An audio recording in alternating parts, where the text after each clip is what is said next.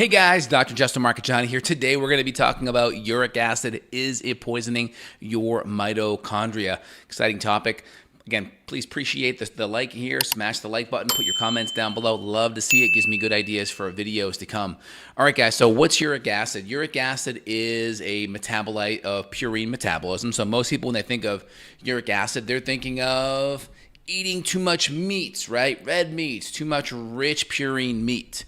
Well, typically, that's a conventional wisdom, but typically uric acid, according to new data, is going to be the major metabolite of fructose metabolism. Yes, can you increase uric acid from purines and from rich meats? Yes, but again, the thing is you have this metabolism or this enzyme called xanthine oxidase.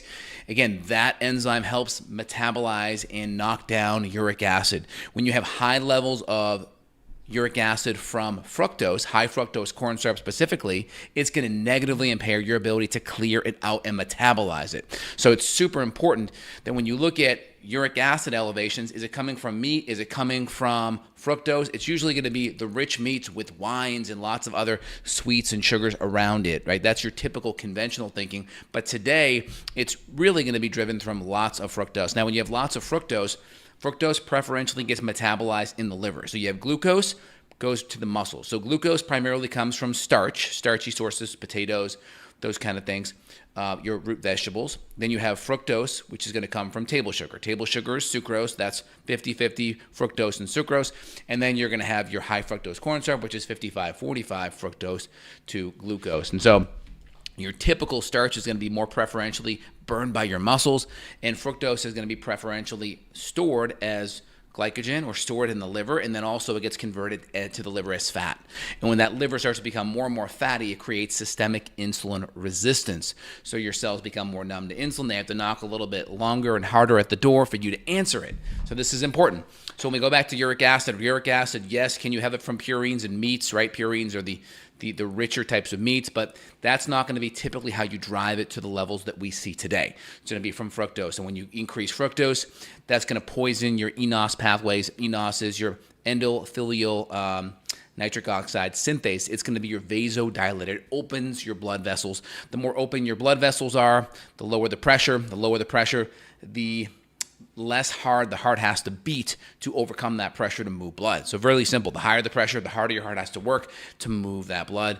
Greater chance of heart failure and myocardial infarction. Now, when you start to make things sticky and you create glycation, cells start to stick together and glutenate. So when you have lots of glycation, lots of fructose, you're going to see elevations of fructosamine and eventually your A1C. So you're sugar coating and you're glycating all of your proteins. The more you glycate the protein, the more it creates internal wrinkling. It creates oxidation of that connective tissue inside and outside, that accelerated aging process. That's known as advanced glycation end products. That happens in your vasculature. It causes cells to stick together more as well. Now, that uric acid, when that uric acid's very high, it knocks out this enzyme called carnitine palmitoyltransferase 1, CPT1. That enzyme is vitally important from, here's the mitochondria, and here's outside the mitochondria. It basically takes this carnitine, which is an amino acid substrate, that takes fatty acids from the outside of the mitochondria and dumps it in the mitochondria to burn fat. It's part of beta fatty acid oxidation. And so we need that CPT1 enzyme. We need carnitine as well. Very low in the vegetarian diet, by the way. You need methionine and lysine, very low in the vegetarian diet. So you need carnitine.